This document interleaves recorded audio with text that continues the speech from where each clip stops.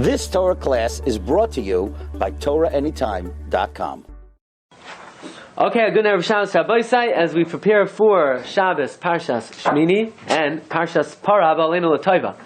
The Shulchan Aruch, in Orach Chaim, Siman Tafresh Pehei, Siv Zayin, he makes an astounding statement. He says like this: Yesh Omrim, She Parshas Zachar, U Parshas Parah, Midairaisa. There's an opinion that Parshas Parah and Parshas Zachar is Dairaisa.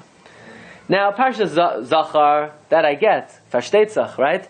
Torah says, Zachar is asher asalacha Amalek, right? So maybe that means, so I won't forget. Why do I have to lane it?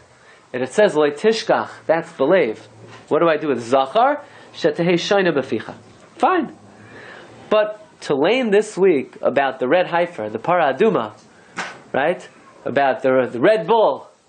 By the way, you should know, interesting, the owner of Red Bull, he passed away Shabbos Parshas Parah. But that's just, for you to think about it. But yeah. But anyway, why should there be a shita that you have to lane Parshas Parah Midairaisa? Where in the Torah does it say that you're mechuyev to lane Parshas Parah? Look, you can look in the whole parsha that we lane tomorrow from Chukas. Does it say anywhere you're mechuyev to lane it? Where in the Chumash does it say it? Now, it's even more surprising. I think many people are familiar with this line of the Shulchan Aruch in Siman Tafresh Pehei, that Yesh Omrim, that it's a Dairaisa. But you should know, if you look in Orach Chaim, Siman Kuf Mem Vav, he doesn't say Yesh Omrim. He says flat out, the Shulchan Aruch says flat out, Parah is Midairaisa. It's very interesting. By the way, this is the opinion of the Piskei HaTosfos and the Rajma in the first parak of Brachos, that Parshas Parah is Dairaisa.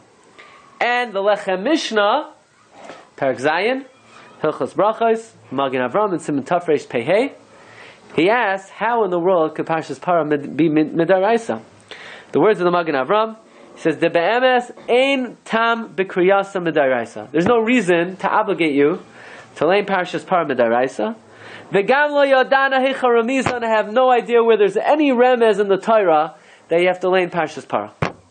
And therefore the Magen Avram concludes, and the Bach concludes, and the Shla concludes, and most Achronim conclude, Parshas Parah is only midrabanan.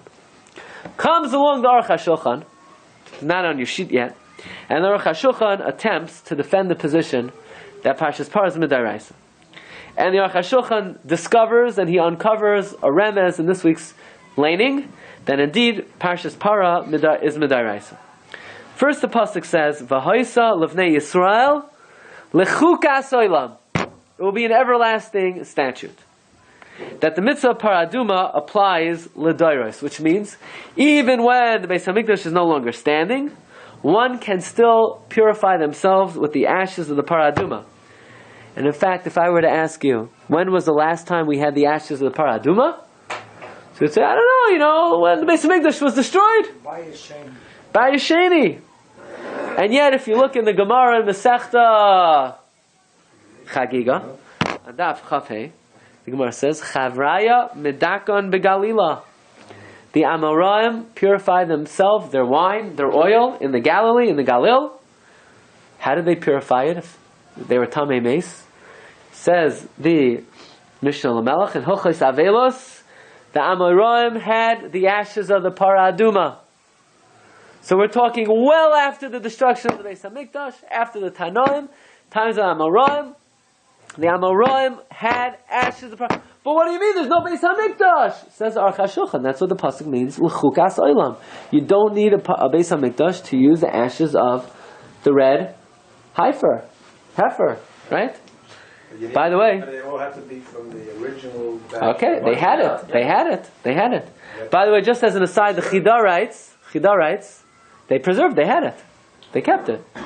Doesn't say anywhere in Shas that it was destroyed or was lost or was nignas. Chida writes in the Midbar Kedemais, Mareches Aleph Ois Chavav, says even though he has no proof to this, he says, Libi Omerli, my heart tells me, that how is it possible that the Arizal reached such high levels of Ruach HaKodesh, such high levels of Kedusha? Says the Chida, my heart tells me Eliyahu Hanavi would secretly bring the Arizal, the ashes of the Parah Aduma, and that's how he purified himself, and that's how he scaled the heights of the world. Says the Chida, Tumas Meis holds our souls down very much. So we see that the ashes of the paraduma were used as little as 500 years ago. However, says Aruch HaShulchan, the pasuk says, "V'hoisa levnei Yisrael l'chukas olam," and that from there we learn that the ashes of the paraduma could be used even when the Beis Hamikdash is destroyed. But then, asks the Aruch HaShulchan, again the Torah repeats, "V'hoisa lahem l'chukas olam." It says it twice. You look in the laning. First it says, "V'hoisa levnei Yisrael l'chukas olam," and then it says, "V'hoisa lahem l'chukas olam." Why does the Torah repeat "V'hoisa lahem l'chukas olam"? Says the Aruch HaShulchan, the second repetition teaches you that even when you no longer have the ashes of the paraduma, there's still a mitzvah d'oraisa to lein Parshas Parah once a year. Okay? That's what the Aruch HaShulchan says. By the way, do women have to hear Parshas Parah? Absolutely not. Rav Sternbach writes, Parshas Parah is a chiyuv on the tzibur. Women are not obligated in chiyuvei tzibur, categorically. So they're pater. What's the association of the Zman, the current Zman? The current Zman is because before they brought the Karban Pesach, they had to become tahar. So that was the appropriate time. Fine. I came across an incredible explanation for the opinion that Parshas Parah is Midairaisa in the writing of the Malbim. Okay? The Malbim wrote a sefer on halacha called Artzos HaChaim. Artzos HaChaim is a very, very important work of halacha. In fact, the Mishnah Berurah, when relevant, quotes it on every page. Artzos HaChaim is on the first part of Siman Aleph of Mishnah Berurah. In other words, the first 30, 40 simanim of Orach Chaim. So in the Artzos HaChaim, he writes in Siman Aleph an unbelievable explanation for this opinion and this is the opinion of the Shulchan Aruch that Parshas Parah is Midairaisa. And the Artzos HaChaim quotes the Magen Avram in Siman Samach, and you have this Magen Avram on your sheets. And after seeing this Magen Avram, I would put this in my siddur. You'll see Dvarim Ayamanayra. Says the Magen Avram, there are certain momentous occasions, momentous events that have occurred throughout our history that we are obligated to remember every single day. What are they? Matan Torah, Maimin Har Sinai, Amalek, Miriam, it says Zachar Yisashasal Miriam, Shabbos, Zachar Sema Shabbos. Yeah, Mitzrayim, that we do, right? Because we say it. We say at the end of Shema, we say L'man Tizkuru, right? L'man Tizkuru, right? But there are another 5.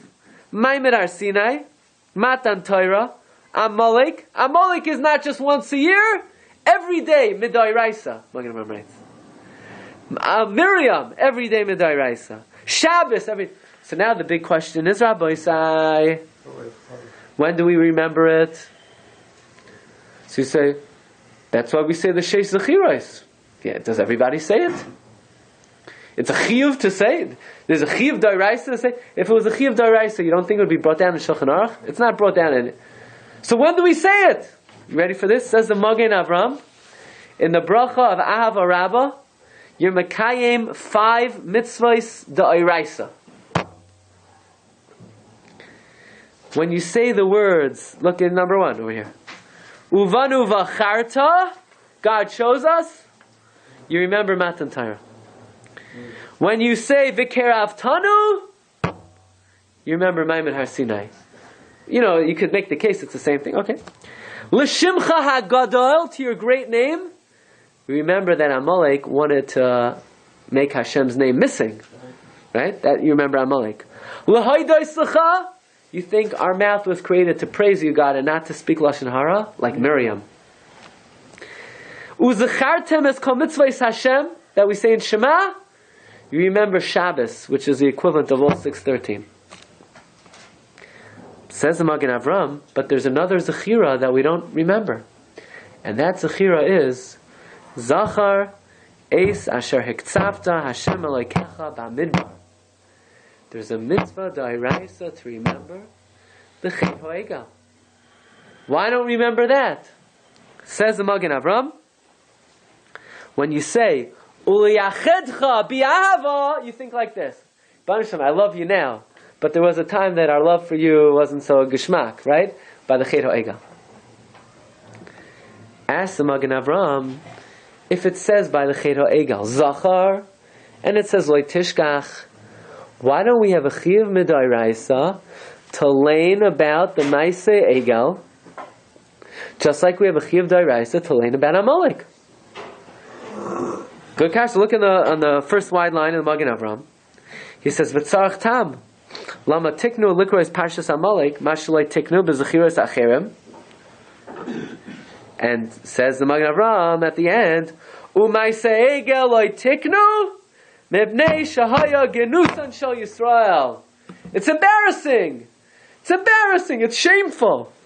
So it's shameful. We can't learn it. But wait a second. If there's a mitzvah d'oraisa to learn about Chet HaEgel, so very nice. You know, you're sensitive to the Jewish people's feelings, but that doesn't override a mitzvah d'oraisa. I mean, we'll get over it. We'll get over it. That's not a svara. The ein chachma ve'ein tuna ve'ein das k'nei. What if a person's wearing shatnez and he's walking on the street? So what does he do? But it's embarrassing. Yeah, but ein chachma neged Hashem. You got to do what you got to do. So what? We're not going to learn about the Egel because it's embarrassing. Could you say that in Kriya Shema when you talk about Elokim Acherim that's a remez to the Egel? We say three. I mean, maybe that's the remez. Okay, that's interesting. Interesting possibility. Right. He says bi'ahava. Says the Malbim. Listen to this.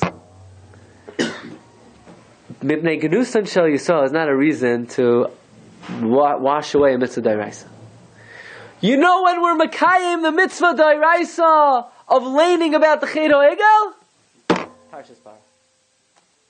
But we don't say one word about the Egel. Look at Rashi. Rashi says, what's the purpose of the Parah Aduma? Parah Aduma is a kapara for the Egel. Why? Why is the Egel? Why is the Parah Aduma metame those who are involved with it? The same way the Egel was matame those who are involved with it. Why is it matayr the Tmeim? The same way Moshe Rabbeinu was matayr Klal Yisrael with the ashes of the Egel. Right? Rashi brings down from his Rabbi, Rav Moshe Hadarshan. Yava yima v'yikaneach es bena. You have a kid. You invite a family to your house, and the kid goes downstairs and he takes out your chocolate chips in the basement and he smears it all over the carpet. You call the mother to clean it up. The Egel was the baby calf. The Parah is the mother. The mother comes and atones for the sin. Says Rashi, why did the cow have to be red? To symbolize sin, which is depicted as red. Im yadimu chatoila.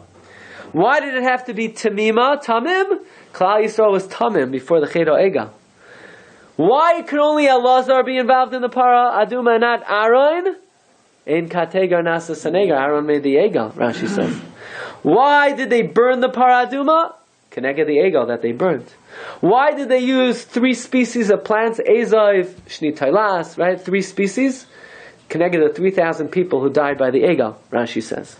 Why did they preserve the ashes of the Parah Aduma limishmeres for all generations? Like the punishment of the Egel is preserved for all generations. Says Rashi, the Parah Aduma is a kapara for the Chet HaEgel.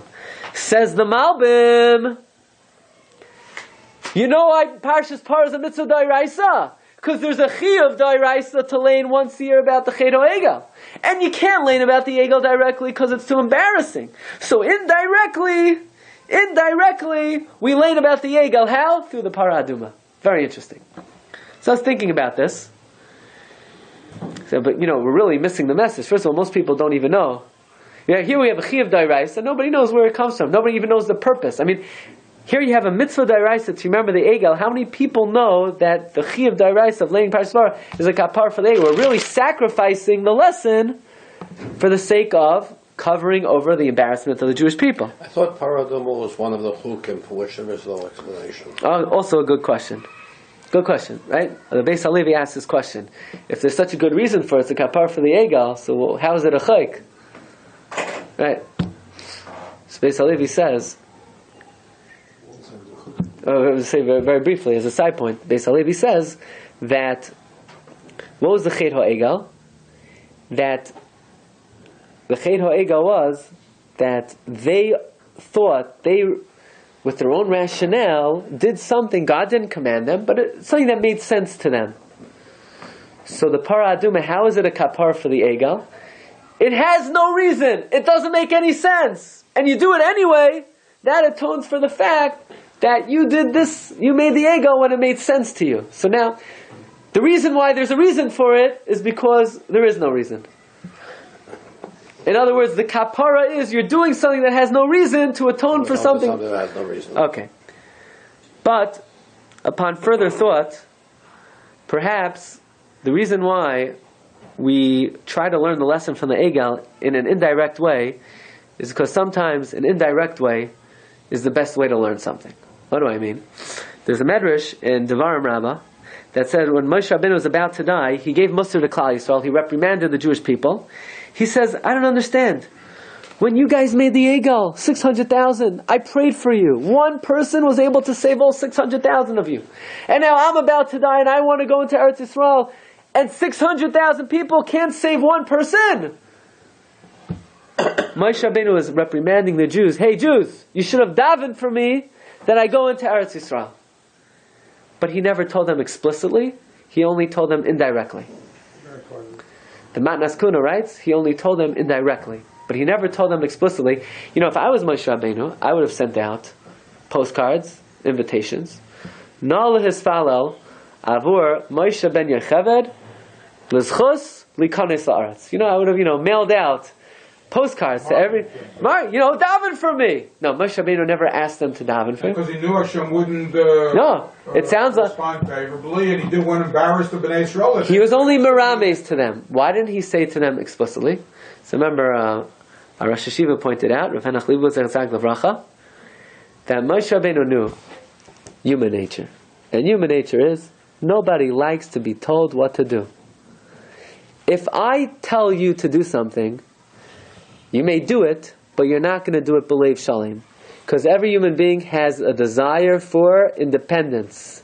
A mitzvah that you do on your own, you do with much more simcha and much more enthusiasm than if somebody tells you to do the mitzvah. But if you hear a shmooze and it insinuates something, and from there you pick up on your own, maybe, then you're doing it independently. So Moshe Rabbeinu knew like this. The only way for me to go into Eretz Yisrael is if Klal Yisrael davens b'leiv shalom. So if I tell them explicitly, it's not going to happen. Because as much as Klal Yisrael love Moshe Rabbeinu, but if they're only doing it because the rabbi told them they have to do it, they'll never be able to daven b'leiv shalom. The only eitzah was, Moshe Rabbeinu could allude to them, but the only thing is they missed the boat. They didn't chap the remez, but that was the only chance. So it could be like this. I was helping my kid do his, he had to write a report about Benjamin Franklin. I told you, right? So one of Benjamin Franklin... He's still writing it? What? He's still writing it? I'm still writing it, yeah. I'm still working on it. Don't tell the teachers, but I'm still working, right? So one of his famous maxims was, tell me, and I forget. Teach me, and I remember. Involve me, and I learn. Right? In other words, the way the human mind works is that real achievement and real learning can only be done if you do it yourself.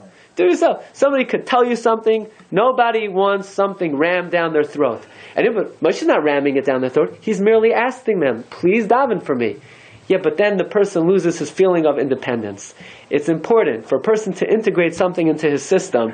It's very, very important for the person to feel like this is him doing it completely. So it could be like this. It's not that we're sacrificing the lesson of the Egel by learning about the Parah Aduma. This is the better way to do it. By learning about the Egel indirectly and figuring out, why am I learning the Parah? Oh, the Parah is a chait for the Egel. Oh, I did the Egel, I have to do two for the Egel. That's the best way to do it. We figure it out on our own. This way we're able to be mechaper and mesakein, the chait Egel. And this is the rationalization, and this is the explanation, says the Malbim, for the Shita that Parshas Parah is Midairaisa. You've just experienced another Torah class brought to you by TorahAnytime.com.